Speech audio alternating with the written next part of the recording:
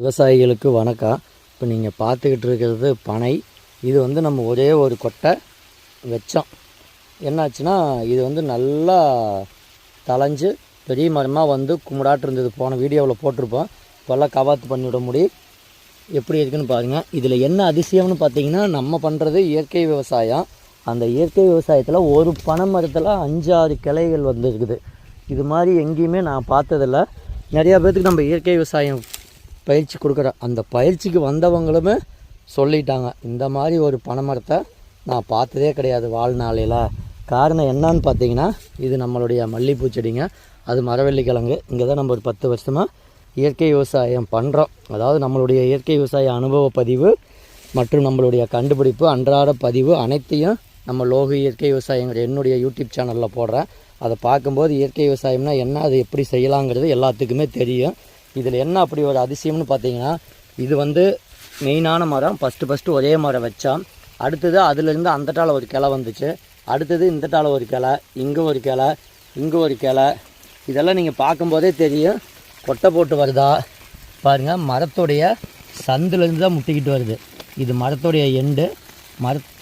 மரத்துடைய கிளையில் மரத்துலேருந்து தான் வருது. இதையும் பார்க்கும்போது உங்களுக்கு நல்லா தெரியும் மரத்துடைய கிளையிலிருந்து முட்டி வர்றது. ஏன்னா இங்கே கொண்டு போய் கொட்டை போட்டு முளைக்க வைக்க முடியாது. இது ஏன் அந்த வீடியோ போடுறோம் அப்படின்னா, நம்ம இயற்கை விவசாயம் செஞ்சோம் அப்படின்னம்னா அந்த இயற்கை நமக்கு ஏதோ ஒரு ரூபத்தில் நல்லது பண்ணிக்கிட்டே இருக்கும்.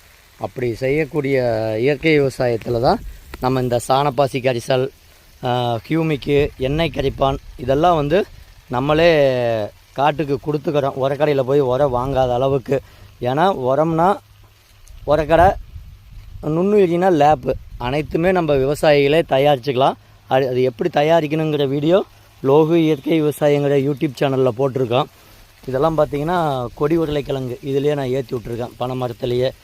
ஏன்னா எல்லாமே நம்ம இயற்கையில் செய்யும்போது மண் வளமாக மாறிடும். இப்போ இது மண் வளமாக மாறினதுனால இப்போ என்ன ஆயிடுச்சுன்னா, இந்த வேர் நிறைய போயிடுச்சு.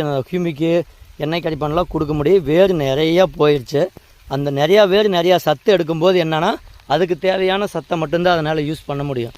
அப்படி பண்ணிவிட்டு மீதி இருக்கிற சத்துக்கு மாறாக அந்த சத்தை என்ன பண்ணுறதுன்னு தெரியாதனால சைடில் இடக்கன்னா முட்டி அந்த சத்தை கொடுத்து வளர்த்துது அப்படிங்கிறது நான் நினைக்கிறேன். ஏன்னா இந்த மாதிரியான ஒரு பனை மரத்தில் இத்தனை கிளைகள் இது வரைக்கும் வந்தது கிடையாது.